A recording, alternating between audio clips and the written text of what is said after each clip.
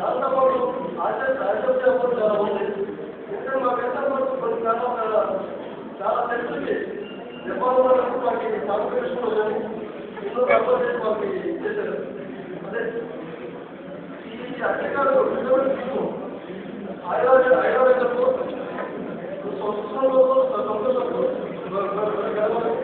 అదేవిధంగా వారి విధానాన్ని సమాచారం నిలవేయాలని కోరుకుంటూ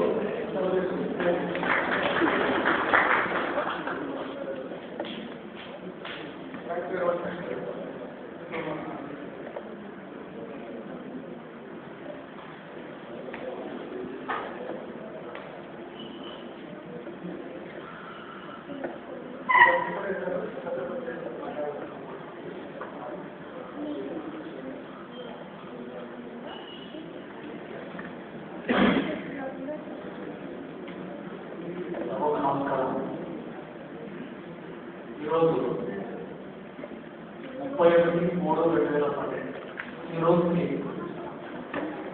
ఇంపార్టెంట్ ఏంటంటే అక్షయ్ గారు రిటైర్ కావడంతో పాటు ఫైనాన్షియల్ కూడా ఈ రోజునే అంటాం.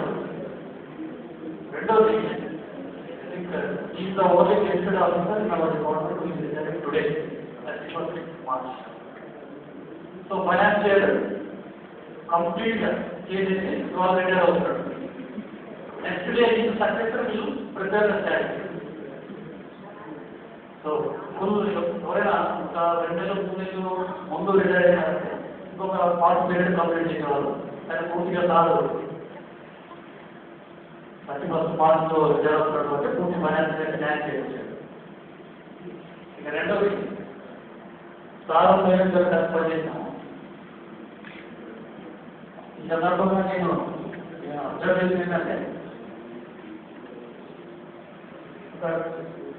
ఇద్దరు పర్సన్స్ ఉంటారు. Hopeful person, hopeless person. Hopeful person, hopeless person 2 types of persons ఉంటారు. హోప్లెస్ పర్సన్ ఎప్పుడు ఏ విషయంలో ఎలా డిఫికల్టీ ఫేస్ చేస్తున్నాడు, ఏదైనా ఛాన్స్ వచ్చినా డిఫికల్టీ ఫేస్ చేస్తున్నాడు.